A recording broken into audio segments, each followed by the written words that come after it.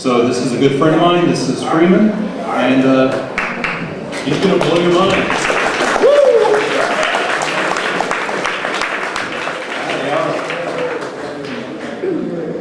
All right. Well, I've come to blow your mind a little bit. You know, we're here discussing the esoteric agenda, the occult, and we're wondering how this might relate to our very lives and how this might be a factor in, well, the world today.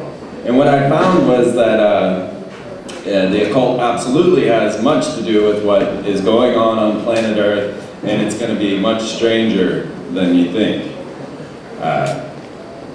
So if we can go, 4, 2. Yeah. Well, as Les was saying, that it was rather strange how I ended up on TV. I follow the path of synchronicity. I follow just whatever spirit brings my way. I say okay, and I do it to the best of my ability when it comes my way. And I happened to be at a meeting with an ex-secret ruler of the world who was talking about turning down his spot in the deep underground military base where they were planning to kill off 2/3 of the population. And he decided he was not with that program and decided to go meet some aliens in Switzerland that were speaking with a rancher named Billy Meyer. Well, in his meeting I started talking, and I started filling some people in on some of the occult agenda that I had witnessed, and next thing I know I had a television show. So here I am now, discussing these things with you, and you're going to find that our world is much stranger than we all thought. Now, on my way to EsoZone last year, we were coming up through past Ogden, Utah, which is a big Mormon town and where all of our tax returns are sent to. And a large V-shaped craft flew over our car. And I tried to film this thing, but it didn't come out on film, but we all witnessed it.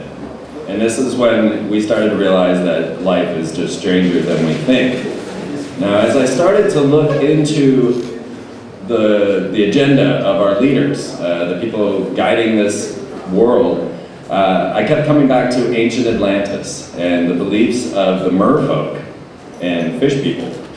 And so, as I started to gather information and details, I started finding this everywhere, where we have our goddess, Columbia. If you know, America has a goddess named Columbia, and she is, oh no,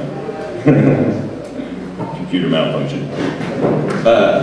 She is actually represented here with merfolk, with fish people from Atlantis. And I'm finding that this goes deeper and deeper. Sorry, I'm trying to bring my computer back up. Okay, so what is magic? Let's go ahead and start right there. We can go back. Magic is very simply stated as coupling the will with the imagination. Now, there are many, many definitions of magic, and we'll find that the realm of magic is that which human beings believe they may directly affect nature through certain rites and rituals.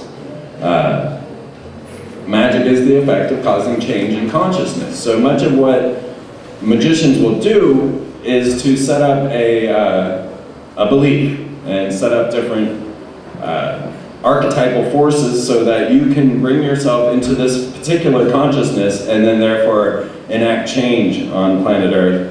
And we find that, go to number 3 there. We got a little lost, didn't we? Yeah, we got very lost. Yeah, we're at the end. Okay, so one more. Okay. So what has happened is that we found that there are false schools of sorcery that have been formed out of the ancient rites. And these ancient stories have come bringing forward through time, have been used against us. And so this is what I am trying to track. So very simply, Madame Blavatsky, she says the art of divine magic consists in the ability to perceive the essence of things in the light of nature and use our soul powers to produce material things from the unseen universe. But what we find is that magic is spiritual wisdom, but arcane knowledge misapplied is sorcery. To follow a little bit further, I tracked down Manly P. Hall, famous 33rd degree Freemason, and he was tracking ancient Atlantis and up through now into the leaders of today, he was asked to try and explain what the Freemasons were up to, because many in the lodge didn't remember what their rites and rituals were for. And so Manly P. Hall started a study, and he found that these ancient stories of magic came from Atlantis. And he found that these magicians would come and they'd be enveloped in their sanctified vestments and carrying their wands, and they would use certain words and symbols to control the invisible inhabitants of the elements in the astral world. But what happened was that elaborate ceremonial magic, although not necessarily evil, there arose perversions, black magic, the use of sorcery. And Manly P. Hall says that in Egypt, the black magicians of Atlantis continued to exercise their superhuman powers until they had completely undermined and corrupted the morals of the primitive mysteries. Thus, black magic dictated the state religion and paralyzed the intellectual and spiritual activities of the individual. Now, this is where we're at today as we move into the ideas of belief systems. Now, what has happened is that there was a great cataclysm that occurred in the ancient past. Most put it at around 11,000 BC, when there was perhaps a crustal shift and all life and all structures were wiped from the face of the planet, and we lost our history.